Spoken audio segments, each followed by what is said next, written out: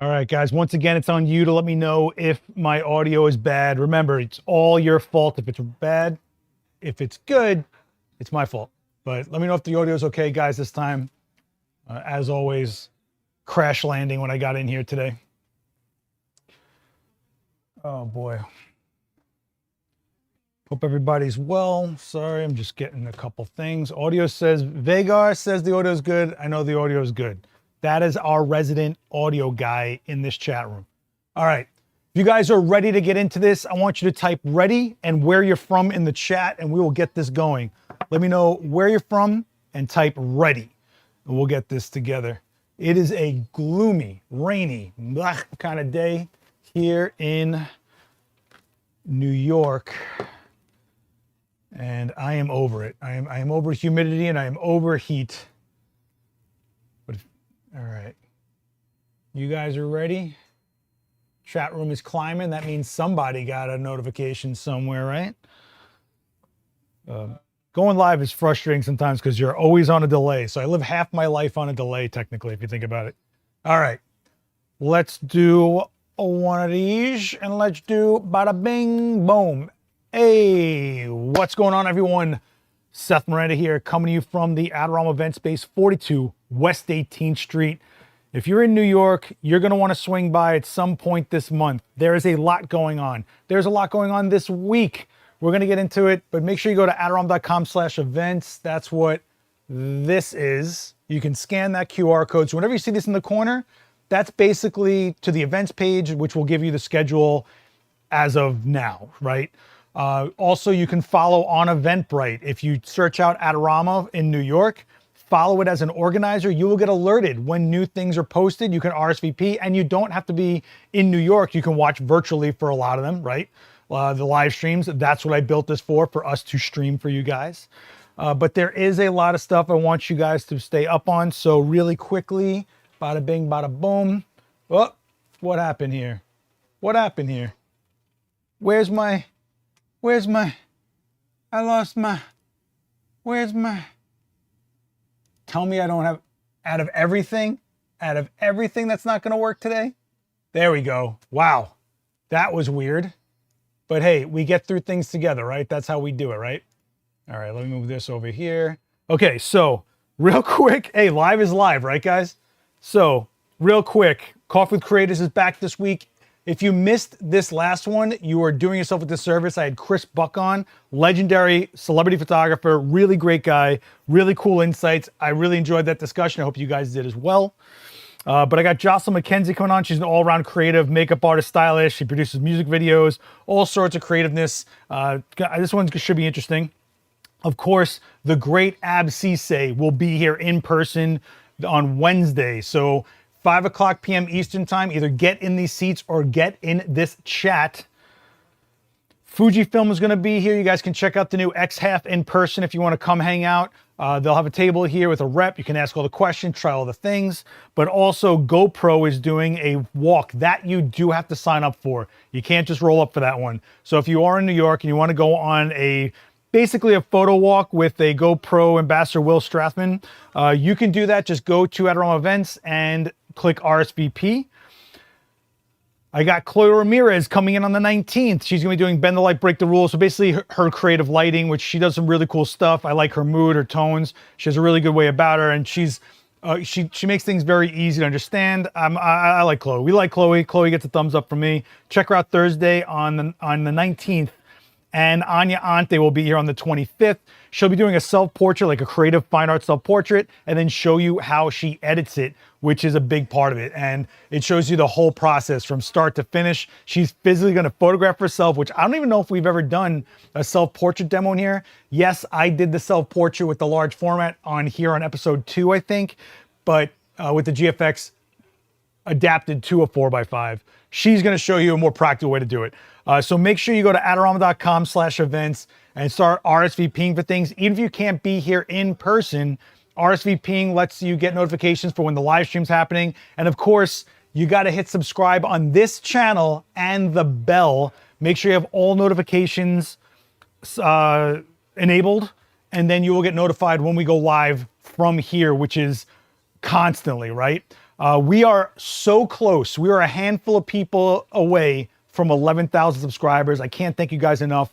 If you haven't noticed, we've been putting out all of these, Bada Bing, all these compilations. So if you guys have missed any past classes, talks, streams, demos, whatever, or if you just want to put something on in the background while you're working, some of these are 2-3 hours of just compilations, putting them together. I just posted this one, which was the hands-on workshops, all the special effects, the sports, wedding workshop, an old school commercial workshop me and Dan did with 60 people with like 5 massive sets. It was awesome. If you want to see a young Daniel, go check this one out.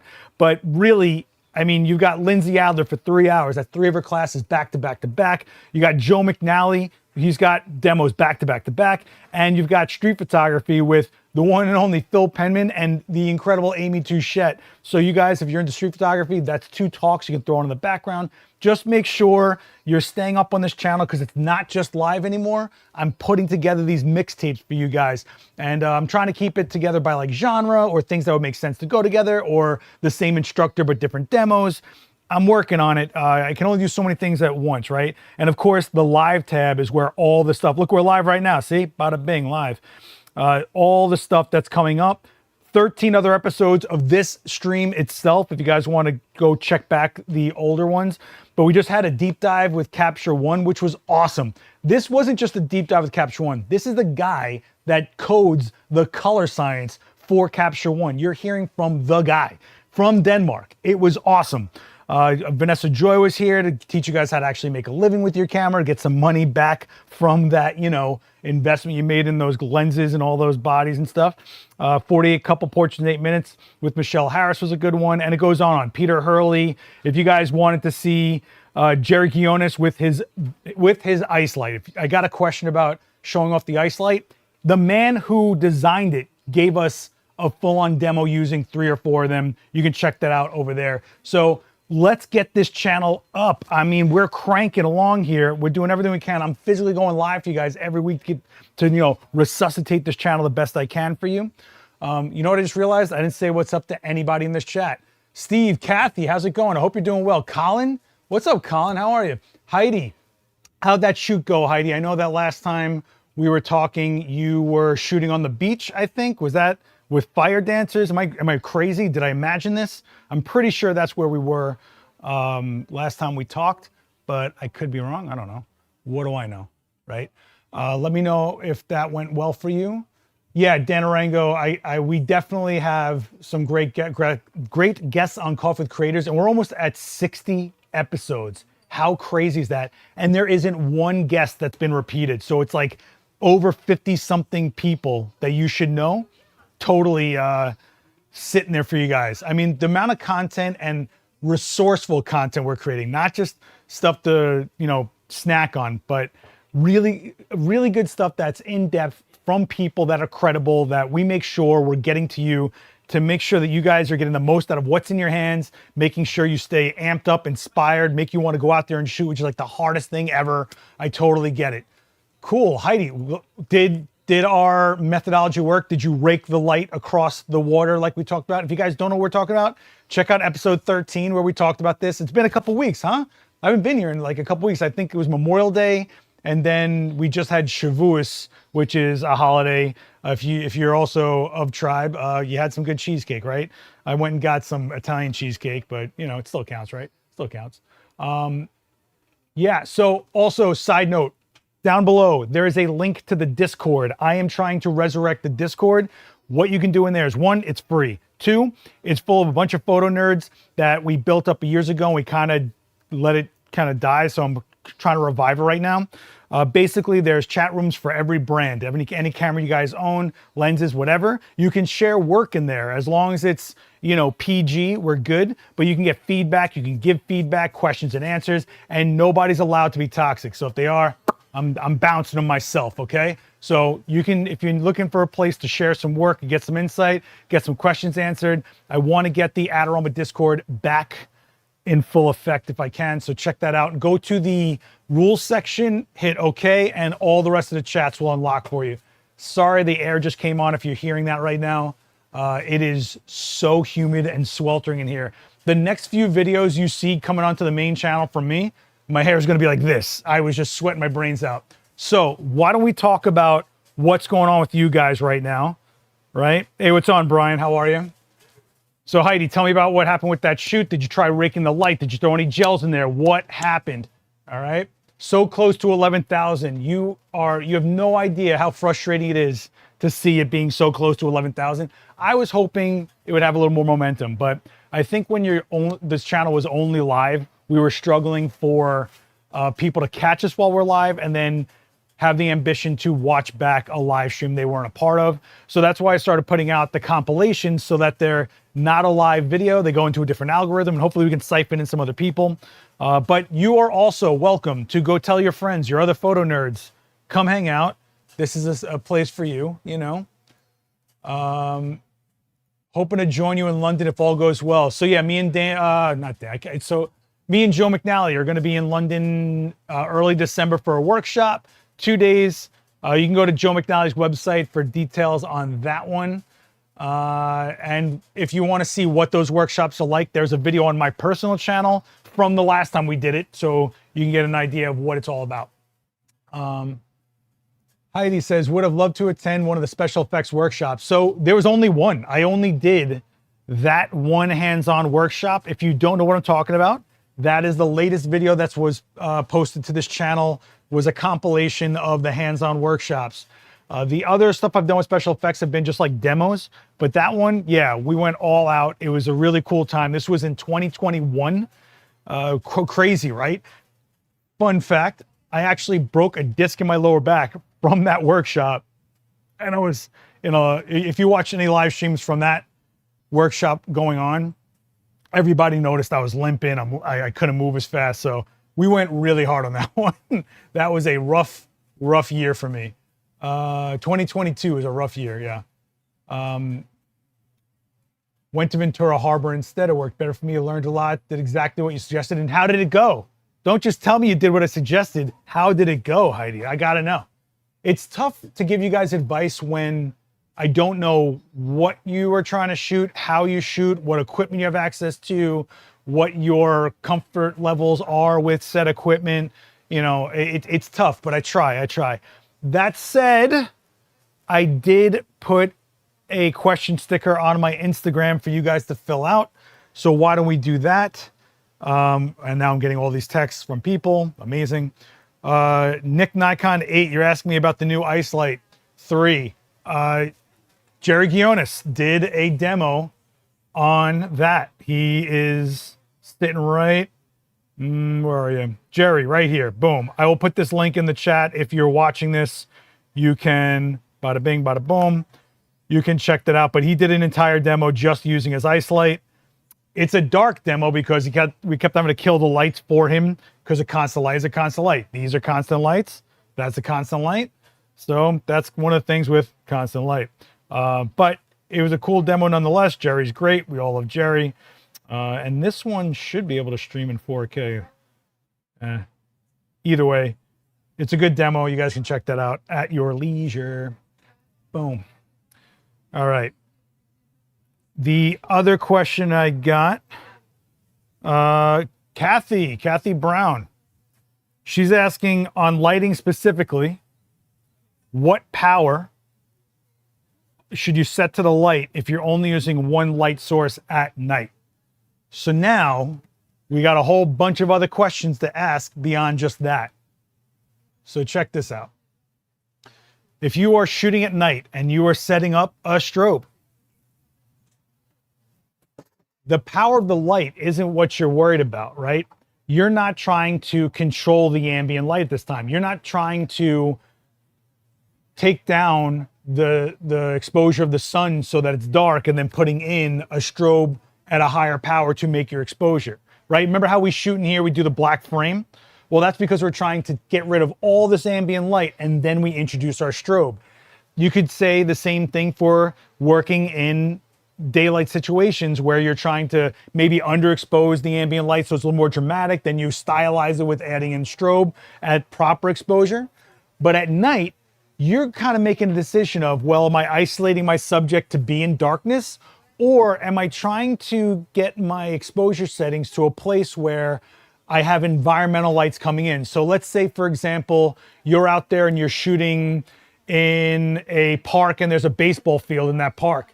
Well, are you going to set your exposure so that you can see the lights from that baseball field coming in? Or are you going to try to eliminate all the light, any little bit of light that's left there? If you are trying to make the environment come up at night, odds are you're going to be shooting wider open, or you're going to be slowing your shutter down more than you would normally. You could also raise your ISO. All three of those things are to get more light into the camera because there isn't a lot of light ambiently, right? Now, as far as the power of the strobe is basically at the mercy of what is your aperture setting and what is your ISO. So if you're going to shoot wider open, say 2.8, let's say you're shooting wide open, odds are the power of your flash doesn't have to jump up so high, right? Unless it is really far from the subject, right? Because it then has to travel that distance to make an exposure. And we know that we lose a lot of power as we gain distance from our subject, right? So now think about this. If you're shooting wide open to get environmental lights in, or you can shoot wider open without getting an ambient light reading because you're trying to keep it dark, the power of your strobe is genuinely low.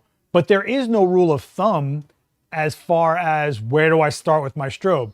In fact, you're probably better off just doing a spot TTL reading on your subject so that the flash, which is only being used to light your subject, gives you a proper exposure. Does that make sense? So if I'm shooting Quinn, for example, and it's all dark in here, well, if I spot meter on her, it doesn't put into account the rest of the environment.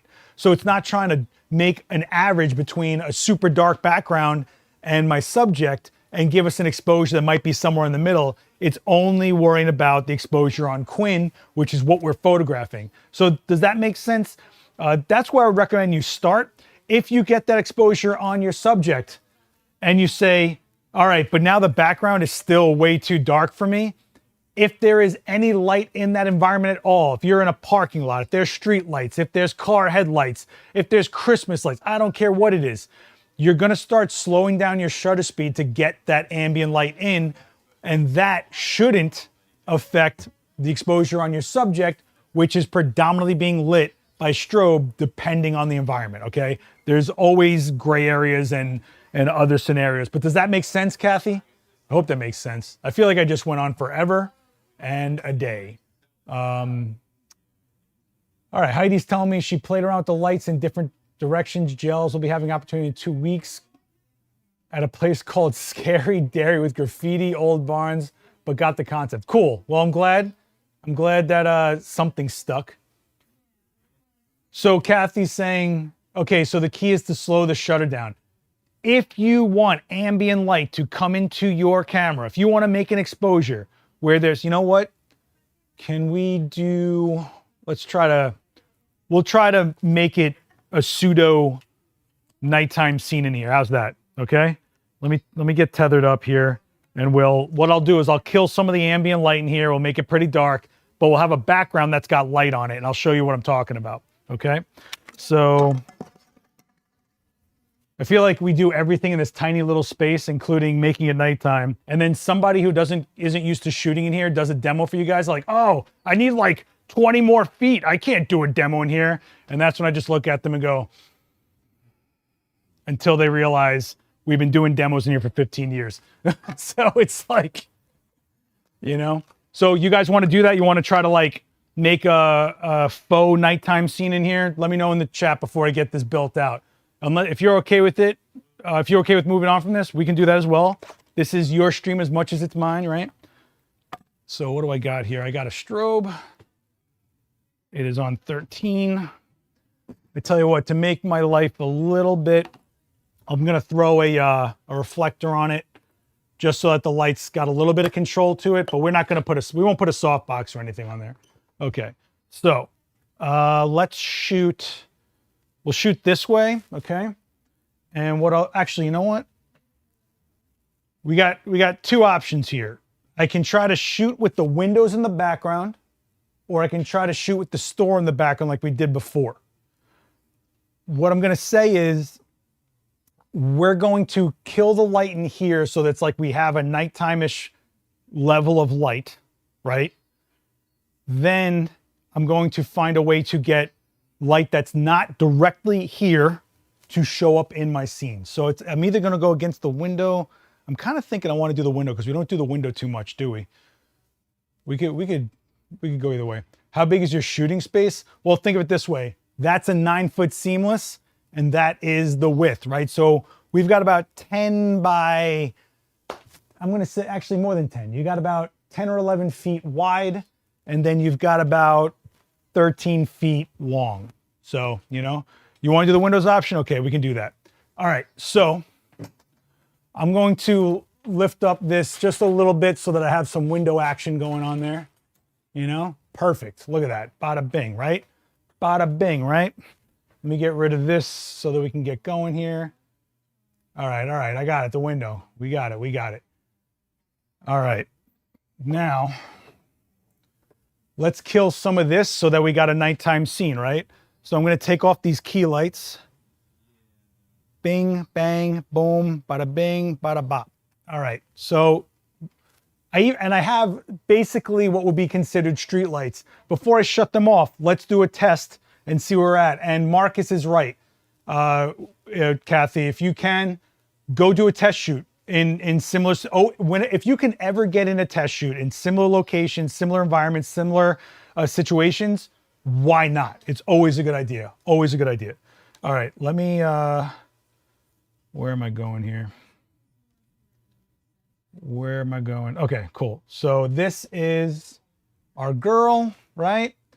And I'm going to take my camera. I'm going to start off at ISO 100 because why not? I'll start off with the flash sync, which is the fastest shutter speed we can start off at because it can always go slower, right? Before we go into high speed sync. We're not doing high speed sync today. I'm gonna start out at, I don't know, F8 just to get an idea of what we're looking at as far as an exposure goes at settings we normally do. A meter is always a good idea. A meter to tell you what your ambient all over is, great. What your flash on your subject is. TTL is just another form of meter. It's using the meter in your camera. And your meter in your camera can also be used to read the ambient space. But if you want to get like actual, more dialed in measurements, yes, a meter is always a good idea. Always a good idea. It's always good to have, I should say. All right. So let's see where we're at as far as, I'm going to move her up here. So odds are what we're going to get is these lights. Can you see this tungsten light right here? And there's a tungsten light over here. So we have two lights going like this, right? So odds are she's going to have some of that showing up, especially since she's matte white. But let's see what we get. So if I go into, not exposure evaluation, I just did the update for Capture One, and I think some of the stuff I had custom-wise got moved around. And I should have checked that before I went live. But you know, this is what we do. We just go live and we see what happens. Because why would I be ready for you guys? Why would I want to do anything where I'm ready for you guys? Come on. What do you think this is? Okay, so this is real-time exposure. Oh, you know what? Actually, before I do that, let me put the remote on. So this is real-time exposure. Boom. So you can see that we're getting a little bit of light. In fact, I'd even argue that that's kind of nighttimey, honestly. You know, if you think about it, that's pretty nighttimey looking to me. That's F8. If I were to be in a situation that the light was really crunched down, I'd be shooting wider open. So if I shot at F4, this is F4. And that looks pretty nighttimey to me, to be honest. That's not bad. Not a bad starting point. So now I'm going to take my strobe and introduce a strobe. The question here is, what type of style do we want to use when photographing with Quinn when we're introducing a strobe, because the strobe itself is the style, right? You're setting a lighting pattern, and whatever we do with that strobe isn't going to look like ambient light unless we start gelling it and starting playing games with modifying it. But if I'm just throwing a strobe up and I'm going to, in fact, if I wanted to make it a little more dramatic, I could do something like this where I've got about maybe 4 feet to Quinn. Oh, I didn't put that camera on. You know what? Really quick, I'm gonna put the overhead camera on because I think you guys could use it. Hang on, guys, I'm sorry. I'm not kidding you when I said I crash landed today. Excuse me, everybody, excuse me. I hope this is what live is, guys. This is what you don't get from these highly curated people. You don't get this. Okay, all right, that's on now. Jeez, whew. It is so hot in here. It's so hot in here, yet there's no lights on, which is definitely a bonus for me. So I appreciate this question, Kathy, because now I can do this. So if I put you to here, so this, can you guys see? We got about 4 feet till we hit Queen, right? Right? So, actually, can you see me better? Is this better for you guys? So we're doing just light on her. When we look at it, let me see if, so this is what the light pattern will look like technically, right? If you guys look at this, like we're looking at, that's just the modeling light on. And if I put the strobe in together, we should get this type of look technically, right?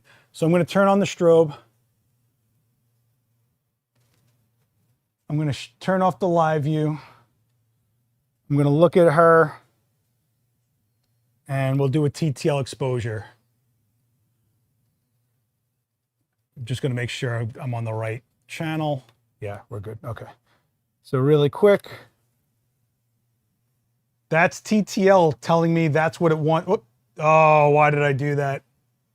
Hold on, let me open it up again. That's TTL telling me that's the exposure. And tell you the truth, it's not even wrong. Look, there's detail in that white. It's not overexposed. There's detail there, guys, right? But we can tell TTL to chill out, right? I can tell TTL, hey man, take out like a stop and a half. See what that looks like, right? Look at that. So now she's gray, not white. I'm okay with that, right? Now let's say I want that, and just so you know, my strobe isn't even at 1, it's at 0.7. That's how low the power is in this situation because it's close, it has no modifier, right? Hold on. I feel like it's close, it has no modifier, right? So it's just a raw, almost a raw light. It has a frosted lens on it, but we're not gonna get into that. Almost a raw light, no diffuser knocking out a couple stops. No box to fill up, right? It's just straight up light, right? So we're not even at 1 on a scale of 1 to 10. That's kind of nuts. I could go into my spot metering, right? I could go back into TTL. I could try spot metering now, right? Remember, this was TTL. This is me telling TTL to calm down. Let's see what happens when I do spot metering for TTL.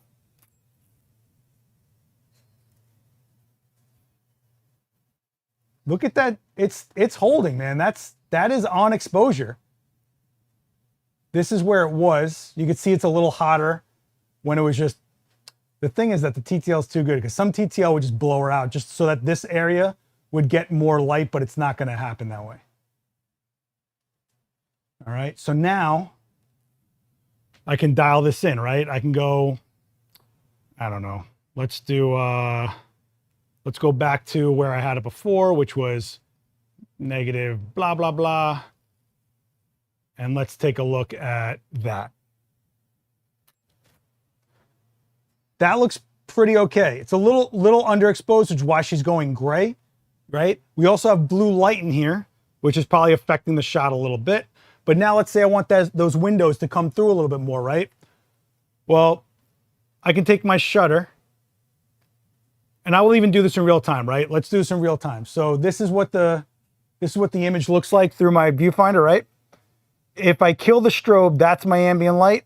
If I slow my shutter to a 60th, look how much brighter those windows got, right? So let's take this shot and see what the difference is. Of course, it would be better if I lined it up like that. So let's get rid of this.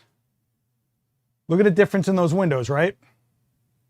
So I'm using my shutter speed to bring in that ambient light. I'm looking at the wrong camera. Bring in that ambient light, right? So it's not the power of the strobe in this situation, right? Because our power of our strobe is reacting to the aperture and ISO we have set, which is 100 at f4. f4 this close with no diffusion between the strobe and my subject, her being matte white, no offense, but your complexion is super fair. It's all working in my favor that I'm not even at 1 yet. Not even at 1. Hey, what's up, Vanessa? The metering mode I'm in right now is spot, okay? I can switch back to matrix or evaluative, whatever you guys want to call it. We can take a shot.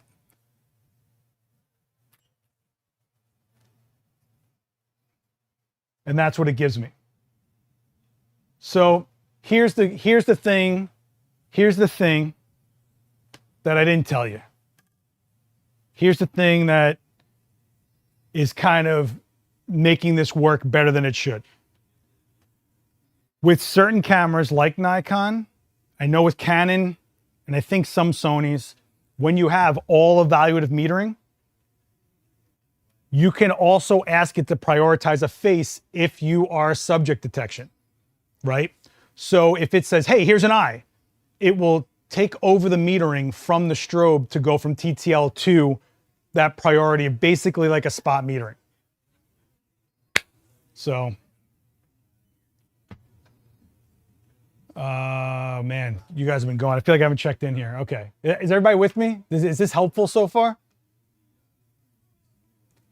I feel like we just did a whole lot really quick. I'm sorry if that was like too fast. Are we okay, guys? All right. Unfortunately, setting up, blah, blah. All right, cool.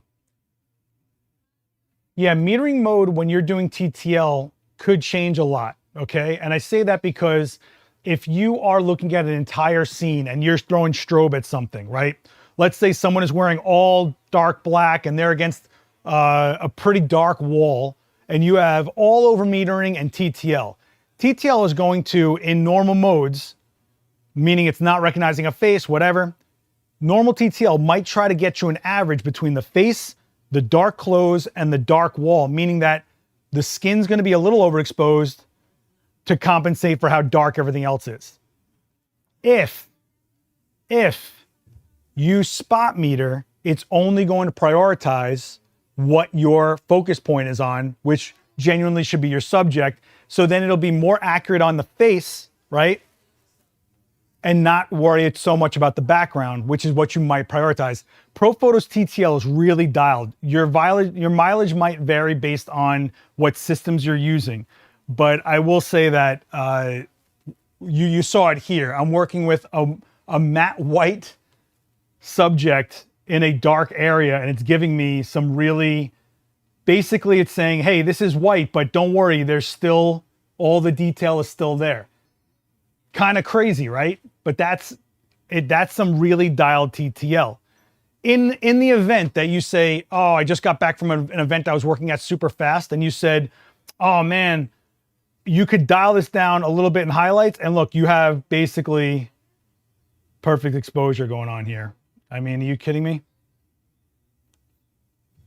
If she had a scar on her face like that, it shows up, right? ProPhoto TTL is really, really dialed in. Personally, in my opinion, Nikon TTL has been incredible. They worked really hard on their CLS system years ago. I think it carried forward. And also Hasselblad's shoe is Nikon TTL shoe. That being said, there's all sorts of different TTL systems. They're not all, TTL isn't just like this uniform thing, okay? But this is just from my experience, and you know, it is what it is. Okay, wow, now you guys are going for it. Okay. So TTL is not affected by the shutter speed. No, because your shutter speed is the ambient light. TTL is just taking a small flash from the strobe. This is before you take the shot. It's in milliseconds. You take a shot. This is putting out a pre-measured amount of light. Whatever the amount of light is, it's always the same. It's throwing it. Then it's coming off your subject into your camera, and your camera's going, hey, this is how much light came back based on my aperture and my ISO. So then your camera goes, okay, if I know that it's this many stops under or overexposed, I'm going to TTL adjust up or down power on the strobe to make it the proper exposure. That's not affecting your ambient light. Your ambient light is your control. Your control, okay? Is that just the center spot though, not the focus spot? No, spot metering in modern era is your focus point. And there are some cameras that you can either tie together your focus point and your metering point, or you can separate them. Some cameras do, not all, not all. Okay. From a nerdy point of view, I wonder what Capture One does to the retouch tool. I already tried the retouch tool. You guys want to try it? We can try it out. The retouch tool that just came up for Capture One. So it recognized her face. You see this here? It shows that her face was detected. But if I go in and I try to like remove a blemish or something, it doesn't really do anything because it doesn't see a blemish. Because I think it looks at blemishes as different color than the skin. If I take the texture slider, you can see it kind of over here. I don't know if you can tell, but it's like very subtle because she doesn't have much. Contouring, it might do something. Let me see. Yeah, just a little bit. I think it's having a hard time judging skin tone on her because she has no skin tone. No offense, Quinn, you know I love you, but let's be real, all right? So yeah, but it did detect the face, so there you go, right? What I don't know is if Capture One is using the camera's data of face detection along with its own algorithm to recognize faces. I don't know. Do we get this? Do you guys mind if I turn the lights back on? I'll put on a light. How's that? We'll do this one. Bop. Okay. So Solomon's asking, is TTL accuracy impacted more by your camera metering or strobe system you're using, if that makes sense? So it's kind of both. In fact, you might have a TTL that you trust in your strobe, no matter what brand, in your strobe, and then they update their firmware and somehow it doesn't work the same as it did because the camera's got to get a firmware update or something like that. Whatever brands partner tighter, you usually get more accuracy, and that makes total sense, right? Profoto works very hard to work with as many brands as possible to make sure their firmware's update. I probably get firmware updates like every other month, if not more, especially when a new camera comes out. I know there's a firmware update coming for Profoto. That said, there's plenty of firmware updates for other brands. Flashpoint, Westcott always have a firmware update, but they're just going to work differently based on who designed it, right? It's really a marriage of both systems. It really is.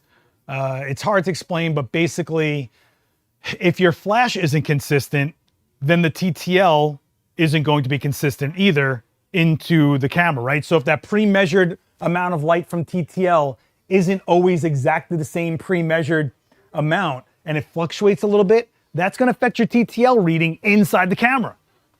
Makes sense, right? If I'm throwing a gallon of water all the time, I'm always throwing a gallon, but then there's one time I throw just a little bit less than a gallon, but I'm compensating for a gallon, it's going to not be accurate. Kind of the same deal. Does that make sense? Oh, this is a new shirt. It's kind of itchy. I don't know. Will modern cameras still evaluate the scene if you use spot metering? Because you can select highlight weighted metering. So highlight weighted metering versus spot metering is, it's basically metering for the highlight rather than a midtone, basically. So let's say you are shooting something that's prone to being overexposed, like an all white subject. Highlight weighted metering will keep it a little underexposed to protect that highlight rather than let it get a little hot, basically, you know. How can you still keep images on a camera and not kind of tether? Just wondering. The newer ones just do it. The new Z series do it, but Capture One, you can set it. I'm see if I can even remember how to do this. I just set it and forgot about it. Trying to remember.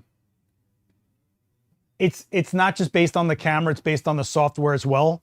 But the new ones, I mean, that's the shot we just took, right? So the new Z series are just do it automatically, I guess. I've never had to like not have it, so I can't tell you. I forgot what it is. I did a video, there's a short on my personal channel where I walk you through the steps to set on Capture One to do it. Somebody's got to have a more up-to-date walkthrough on that, all right? I'm not going to answer that 12Y films. There's a million different reasons for whatever brand you guys choose, okay? Whether it's your budget, whether it's what you just trust, whether it makes more sense for you interface-wise, it lets you work faster, if it's easier for you to understand, if it's something that you like how compatible it is with things, how many options you have in the line. Everybody has a different reason for going with whatever flash system. I wouldn't say there, you know, you really have to kind of,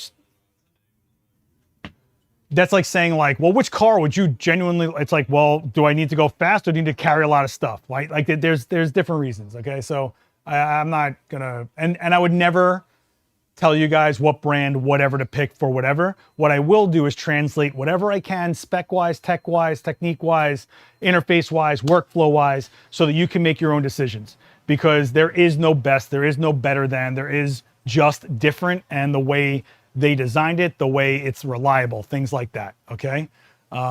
So we all, you could have someone say, this is the best thing ever, it's always worked amazing for me, and then the guy next to that guy will say, oh, it's garbage. It's how this industry is, right? So, how can I get the flames on a cake to show up? When you say flames, I'm gonna guess you're meaning candles. One, you have to understand that the candle light is way lower in exposure than something like a strobe. So you're gonna open up your aperture, you're gonna maybe raise your ISO just a little bit, and of course, slowing your shutter down will help as well. But that you're gonna have to make sure you don't get any motion blur from, right? And then all of that in play means that you adjust your strobe for those settings. So just know that when you're mixing a strobe with anything, it's always most likely the highest powered light, the highest exposed light in your scene. So if you're trying to get anything to show up, like a clock, you want the time on the clock to show up, you're gonna have to let more light in, more ambient light. That means wider apertures, slower shutters, and higher ISOs. And you're gonna have to kind of negotiate what trade-offs you're willing to have. For example, if you're like, no, I really wanna have the cake in focus and the person in focus, I don't want it shallow. Well, then that means you're not gonna open up your aperture, but you probably will raise your ISO a little bit. And what that's gonna do is, it's going to lower the power of your strobe, but let in more ambient light. And then you're gonna get to a point where it's balanced, right? So let's say I'm shooting at 100 ISO and the cake lights, the candle lights are underexposed and my strobe is on. Well, if I raise my ISO to 400, this now comes up and so does this. Well, if my strobe is overpowered, but now my candle lights are showing up, boom, I lower the power of my strobe. The power on the strobe is not the exposure. That's just to fluctuate to get your flash to be on exposure.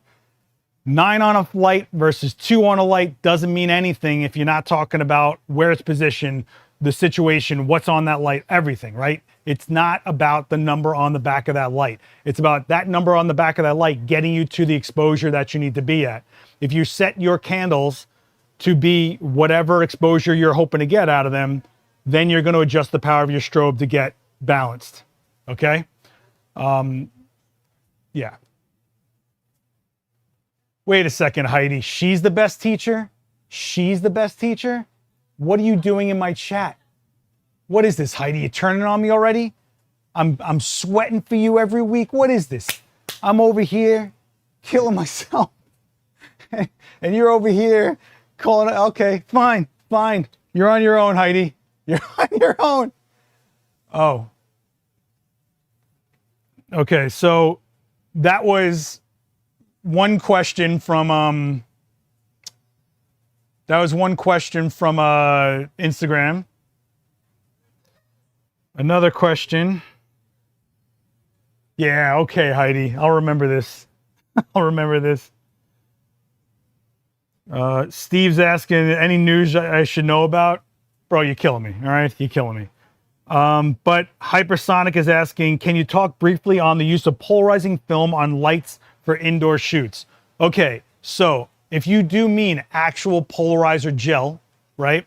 Like a sheet of gel that is a genuine polarizing gel, what that's doing is when you put it in front of the light, it's breaking the direction of it slightly. So what that's allowing for is less chance of glare off of your subject, right? A lot of people confuse ND gel and polarizer gel because they're both just basically like, they look like tint, right? Like a sunglass. So ND gel on your light just cuts down the power of that light. It's really good for situations where you really want to dial something in. Let's say the light is already dialed all the way down it can go, but you still just want less light out of it. Or let's say it's a light that you can't dial at all, like a constant light that only has one setting, which is what we used to deal with. Or what if it's a light source you have no control over, like the sun?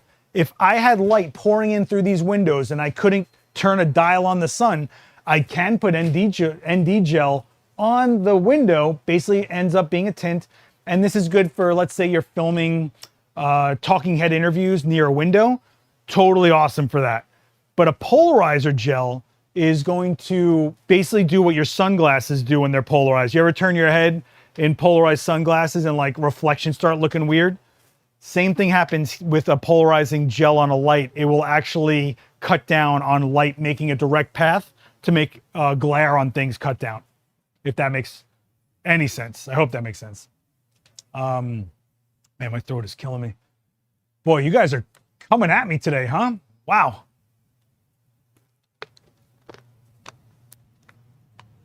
Okay, any other questions, guys? I feel like we just kind of blitzed through like 16 scenarios at once, but hopefully you guys are understanding what these streams are about. This is where we're basically, you come here and we try to figure out whatever you're trying to get going the best I can in this square space with whatever I got. But hopefully these streams start growing. I really want to get this channel up. I want that silver play button for this channel. I want that 100,000. We are almost at 11,000. If you're new here, you're going to want to subscribe and maybe tell a friend. All right. This is also a place where you're going to have speakers from all over the industry coming here for you. And then you can jump in that chat and you can ask them whatever you need to ask them. Where else are you going to find that kind of resource? You can comb YouTube all you want, and maybe you'll find someone that knows what they're talking about. But here we try to boil down the credibility for you. Make sure you have a trusted source here, and it's right here for you guys, you know? Is one brand of filter better than another? Like a gel filter, like a gel or a filter on a lens? Anything two brands make, unless one is buying it from the other brand and putting their sticker on it, one is genuinely going to have characteristics of it. Why would polarizing gel be a better option than circularizing polarizing filter? They're two different applications. A polarizing filter on your lens is for an entire scene. A polarizing gel is for that light source. So let's say you are lighting something that's got sheen to it, like a car maybe, and you want this light source to not glare, but you still want the reflection of the environment off the windshield. Well, that's where I would use the gel rather than a filter, which would be a global polarization. Does that make sense? So look at it this way. So this is more of a local polarization. The filter on your lens would be a global polarization. Does that make sense? I think that's the best way I can put that. Man, you guys are coming at me today. God, my brain is going to be like, yo, we need to drown ourselves in pro wrestling tonight and shut off. I can't do this anymore. Nah. I'm glad you guys are amped. This is sick. I can't believe these questions are great, guys. You're doing, and it shows where you guys are at, how deep you're getting into this. Filter on a lens. So yes, filters on lenses are glass that go in front of a lens. If you spend $3,000 on a lens and you put some jank glass in front of it, you're going to get some different results, but you might want that. What am I talking about? So let's say you want that lens to be a little less sharp, a little flary, a little more fogged up, a little more dreamy looking. You might want a lower quality filter. The reality is, when you have things like polarizing filters, right, it is redirecting your light, and this can affect all sorts of things like the color. There are a lot of low-cost polarizing filters for lenses that you're going to put it on your lens, and all of a sudden your whole image turns warmer because that's filtering your light. But a higher-end, more calibrated filter will actually tell you that it's true color, because that's an actual issue you'll see on other filters that might be lower cost. And even within the same brand, you have different tier quality levels, right? So this has been a big deal for filmmakers, actually, especially in the mirrorless era. A lot of people were just like, I'm going to shoot video, and they just got polarizers and didn't think of it, and they figured out real quickly their colors change quite dramatically, you know? Okay. Well, a gel in general is for light. So I wish I had a polarizer gel for you, but a sheet, like a gel sheet, goes in front of a light, not in front of a lens, right? So, yeah, just make sure that the gel is a polarizing gel and not an ND gel. It's not going to do the same thing you're trying to do. Okay. In fact, get one of each and see what's going on with what. But generally speaking, an ND gel is just going to cut down the light transmission, meaning it's just like something put in front of the light to cut down the exposure of that light. Whew, my gosh. Okay. You guys are, I feel like this is like a rap battle and everybody's just coming at me and I got to like hold my own. I am sweating to death. Can you guys see how rizzed out and curled up the hair is getting? This is because I am not a summer person, man. I am not the summertime guy. Would a polarizing filter on a light reduce glare from the light that's just outside of view of the lens? It can only reduce glare if the glare is a factor already. So I'm going to say I can count on my hand the amount of times I pulled out a polarizing gel based on the way I shoot, but you could talk to someone else and they live on them. So what I would recommend is, it's not that expensive to get some polarizing gel. Mess around.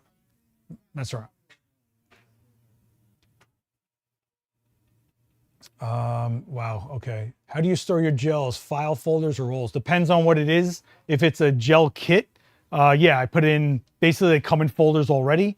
If it's a gel sheet that I'm buying, I tend to roll them. If it's a gel sheet that I'm buying, I tend to cut them. But if it's a roll, I just keep it in the roll. There also was this thing years ago called a jelly roll, which I loved. I don't know if they even make it anymore. Ab's going to be here on Wednesday. I bet you he knows. Whew, man. I was at an event and the photographer was using an on-camera flash pointed upwards to the ceiling, which was super high, 30 feet. Does that affect things? Absolutely. So here we've got, you know, figure 13 feet to the ceiling here, right? If I take this 500 watt strobe and I point it to the ceiling and I try to get an exposure out of this, actually, let's do this way. This is not going to be good, but we're up. The battery just died. I am awesome, guys. Generally speaking, the farther away that ceiling is, the more the light's going to spread and be a larger light coming down. But the farther it is, the more power you need to even make it affect. Remember, it has to travel the distance, cover the area, reflect down, so it's covering that distance twice. You're gonna need a bunch of power. Here, I got a 500 watt second light, right? So I'm kind of, man, oh man. Did I charge nothing today? Is that what I'm gonna tell myself? Yeah, this has some juice in it. Sorry guys, sometimes these Monday streams are like in between a bunch of stuff. Okay, so let's take a black frame, right? So I'm gonna speed up my shutter speed back to 200. I'm going to tighten up my aperture, and we'll take a quick black frame without the strobe. And this is black enough, right? Now I got the strobe pointed at the ceiling, but I also have blue walls in here, so it might come off a little cool tone. If I put it into TTL, and we just take a shot. So this is a 500 watt second light, almost at 9. That means that it's 250 watt seconds, give or take, sort of in a way. Now a speed light on camera is 60, 75 on a good day. Yes, they make 100 watt second ones now, but between the 75 and 100 watt seconds, you're talking about a quarter stop, not even, right? It's not that big of a difference. This is 500 watt seconds, ripping up. I mean, we're not even at full 14 feet anymore. This, from this height to that ceiling, is probably six plus feet. And then it's got to come back down, which is the 12 something feet. So we're talking about a distance that's doubled over into, I don't know, what, 19 feet maybe? I'll call it 18 feet that it's got to cover in distance. That's how crazy, that's how much power you would need. Imagine 30 feet, double this ceiling, double, right? Okay, does this camera angle show you guys like how tall the ceilings are here? Does this give you more of a sense, or maybe this actually? So that's how tall these ceilings are, right? 30 feet is bananas, okay? Gary Hughes is in the chat and he's saying, would you consider raising the ISO to take the strain off the battery?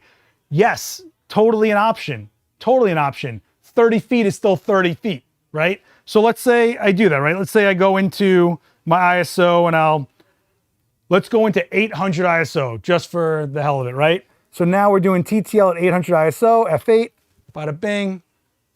I wasn't in TTL, that's my fault. Bada bing, this is TTL.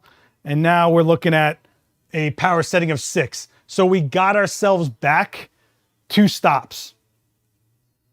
2 stops, right? Well, what is that on a 500 watt second light? Well, 500 watt second light at 10 is 500. 9 is 250, right? 8 is 125. 7 is like 60 and change. So we're at 30 plus watt seconds right now, which is in range of a speed light. So yes. Oh, am I like looking at the wrong camera here? Yeah, the whole time looking at the wrong camera. You guys are really on top of things. Thanks. Killing me, guys, killing me. But see how Gary already problem solved? If that's the situation he's in, this is what I would do, right? Raise the ISO. Totally viable. And as you can see, with the camera we're using, which is 24 megapixel, it's a little more noise than if we were here. But also, because we raised the ISO, what else happened? The background got brighter, didn't it? Because the background is constant light. Ambient light is all over the place. I wouldn't have a black frame. If I shoot with no strobe on at this setting, this is what the shot looks like. So now I need to know that my ambient light is affecting my shot, right? Because this is 100 ISO, this is 800 ISO, this is 100 ISO with a bounce strobe, this is 800 ISO with a bounce strobe. There's a big difference going on there, right? Because now we're letting ambient light be part of the exposure. If that's what you want, which could totally be great for an event, it gives you more of the atmosphere that you're in, or that the people that are there are in, then this is more of a style choice, actually. But if you're trying to throw that light 30 feet in the air and come back down as a bounce, you might have no other choice but to raise your ISO.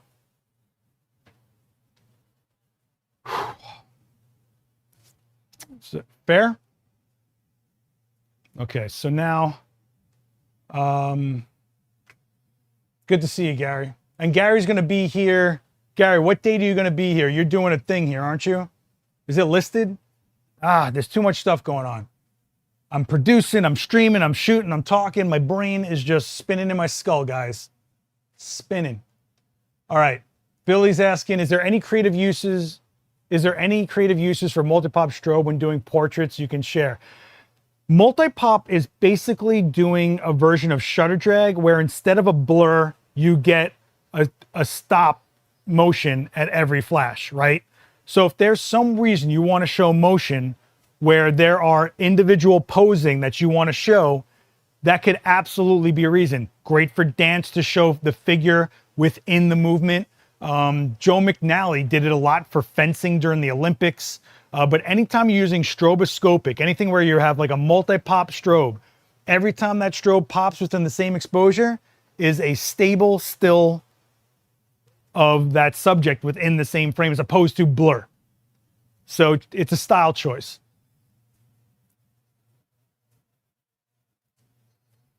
Okay.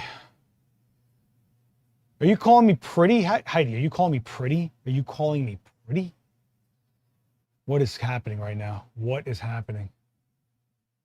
Brad shoots with a flash bender all the time, and a flash bender is pretty much a flexible bounce card that Velcros to the front. I think Rogue makes them, I believe. I used to do demos with them like 10 years ago. I was doing demos with those things.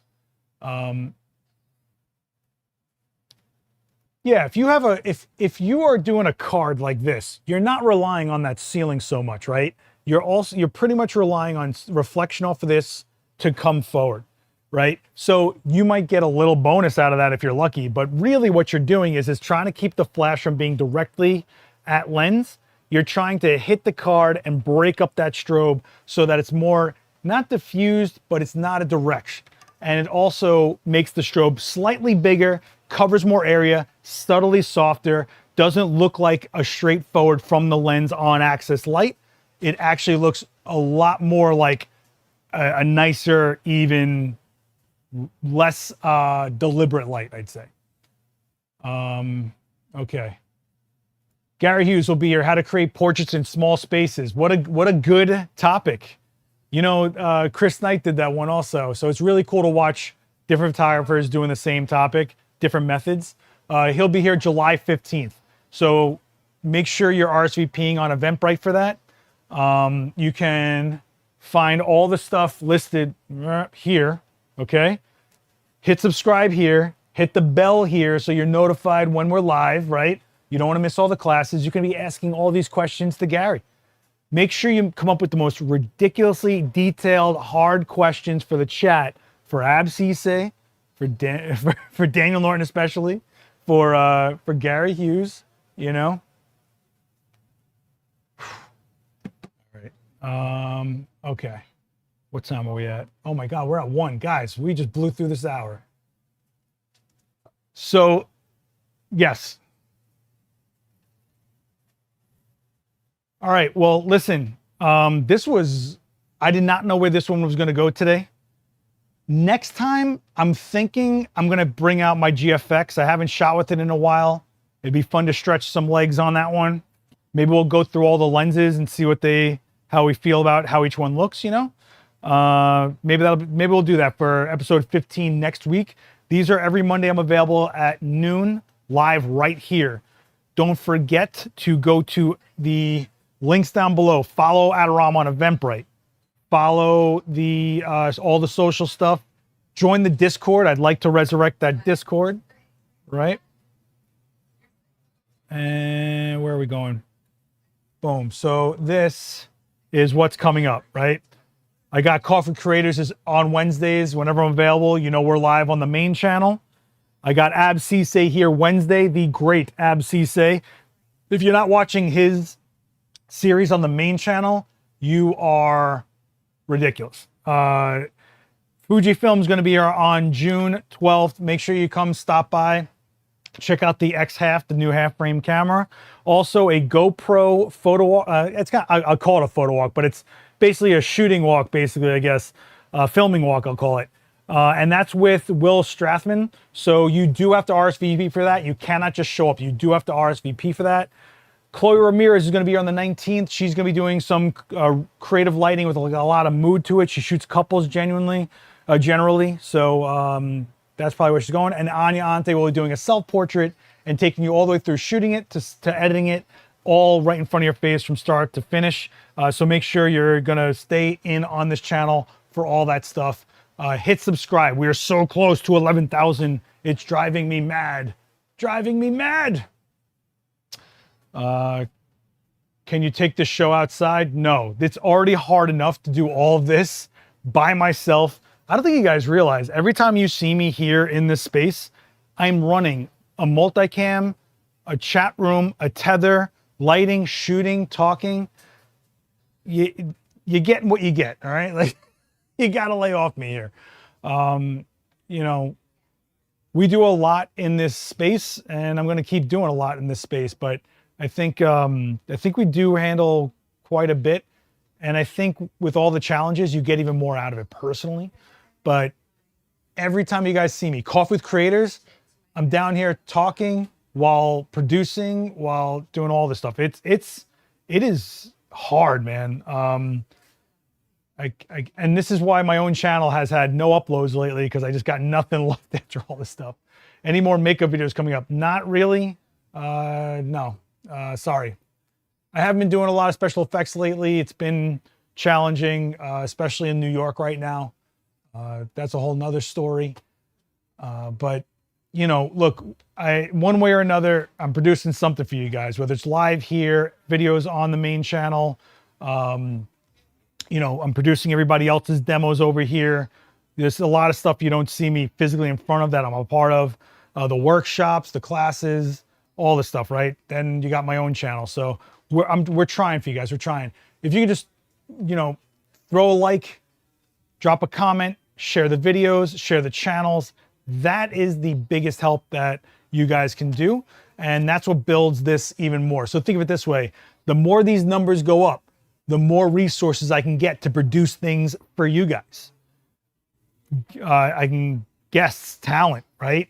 Talks, panels, events, workshops, all that stuff happens from making these numbers go up. And if you are in the market for buying something photo related, if you consider Adorama as your first choice, that stuff supports this stuff. This does not exist without the NYC store. Okay, guys, like I don't think you guys realize that. All that store is what keeps this alive. All these talks, all these classes, all the things, all of this comes from that. So instead of going to a soulless giant corporation to spend the same money on the same things, you're supporting all the hosts, all the classes, the people sitting in these chairs that are shooting just like you, all the stuff, the critiques, the giveaways, the rooftop workshops, the hands-on workshops, which I just posted a video of the top 5 hands-on workshops from Adorama on this channel. You guys can check that out. But all that stuff comes from you just considering Adorama when you're going to go buy that new lens, that new camera, that new light, that light stand, that backpack, that memory card, that battery, all that stuff, okay? So I'm just going to say it disheartens me when I see people like going to a giant megalopolis that we all see delivering out in the street constantly. And it's not supporting your own community. Because also keep this in mind. When you guys patronize a place like this, you are keeping people that are in between gigs employed. The salespeople that know what they're talking about, shoot, just like you do. And in between some of those jobs, they're working here. And you guys supporting a place like this supports that next generation of photographers, filmmakers, and everybody else while they're working here, getting their career off the ground.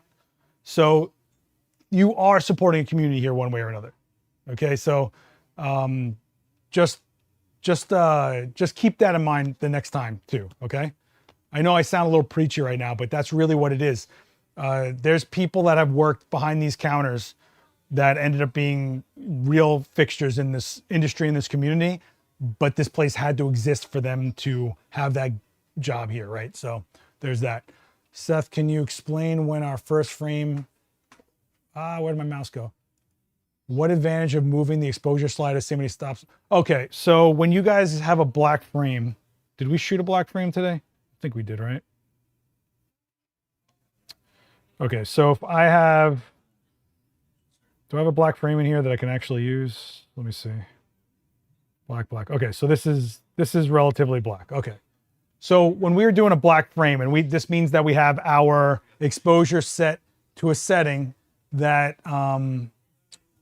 cancels out all the ambient light.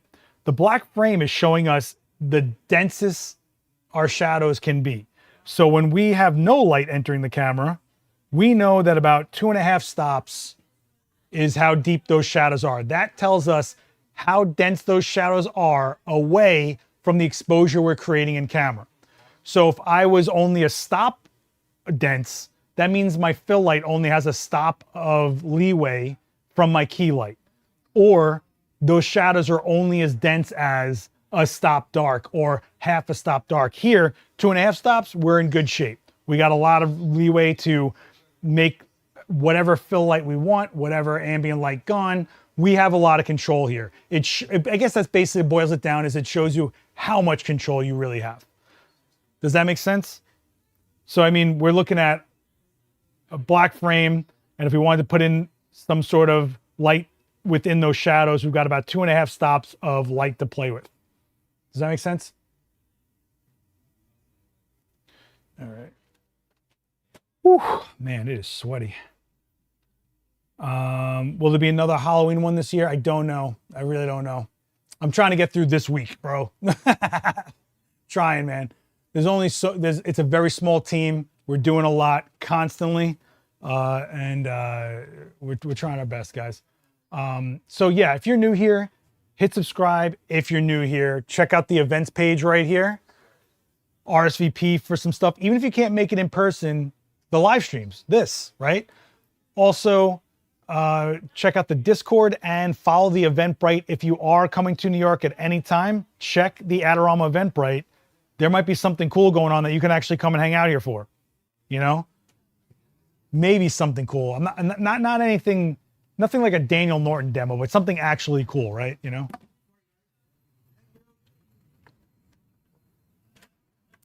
All right, final call, guys. Last questions. You guys still there? Chat room looks dead. Am I still live? All right. You guys seem like you've had enough. Next week, I'll try to shoot the GFX. We'll see what happens with that. I'm getting 1,000 texts right now. And don't forget to check out, there's a bunch of new stuff on the channel, but yeah, whatever. Guys, if you want, you can follow me here. You can check out my work on Instagram. You can check out my YouTube channel for more videos, a lot of demos from over the years, like a few hundred videos on that channel alone. Don't forget to check out Coffee with Creators. I really want to get those numbers up as well. So there's over 50 something guests on Coffee with Creators, guys. So Wednesdays, 11 a.m. Eastern, we go live here. Check out last week's. Chris Buck, if you're a photographer, you should be watching that interview. That was basically, it was just about philosophy of shooting with a guy who's been shooting the biggest celebrities on the planet for decades. So can't get better than that, right? And don't forget that Daniel is live two Thursdays a month. And I don't know, maybe I'll come back and do an actual formal demo. I don't know. I'm getting kind of rusty, you know?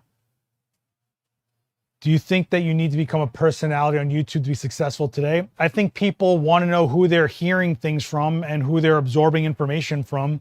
I think if you're going to learn lighting, you're going to want it from somebody and never see anything they shot. Or if someone is telling you what's good or bad about a camera, don't you want to see how they use the cameras? If you have a reviewer or somebody on YouTube that you have never seen shoot telling you about things that take photos, what are you listening to? My opinion. I also am a big believer that you should be plugging into people to learn from that shoot live. Educators shoot live so you can see exactly what's what, you know? All right. Time for your pizza. I don't know. I'm trying to lay off the pizza. I got to start slimming down again. I'm feeling way out of shape. I got to get back into got to get back into it, you know? But I am looking forward to Monday Night Raw tonight. R-Truth is back. I got to know what's going on with that. Do me a favor, guys. Tell somebody in your photo nerd world to hit subscribe here and join you in these chats. If everybody does that, we double this channel like that. And then momentum hits and we keep on going. So that all this hard work and all this out of breath goes for something.